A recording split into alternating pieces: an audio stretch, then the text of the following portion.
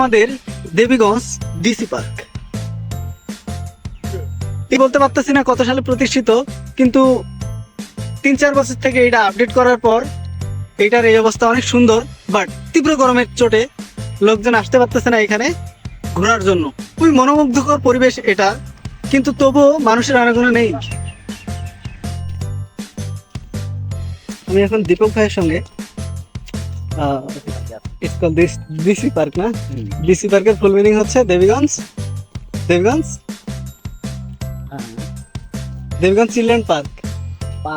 But there is everyone are not children. We never seen one single children here.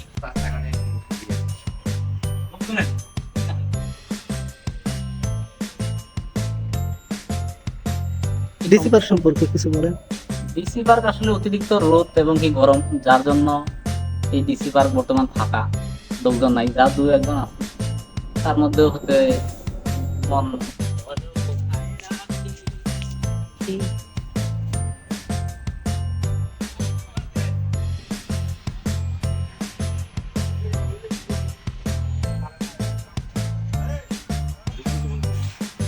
প্রশ্ন হচ্ছে এই গরমের মধ্যে কি পরিমাণ দর্শনার্থী এই পার্কে ঘুরতে আসছে। এই গরমের জন্য দর্শনার্থী নাই বলা যায়, খুবই কম। সকাল থেকে আজকে বোঝাচ্ছে নাই। এই তীব্র গরমে পাবলিক আসছে না পার্কে।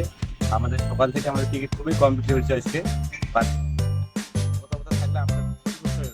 দর্শক, আপনারা দেখতে পাচ্ছেন প্রচন্ড গরমের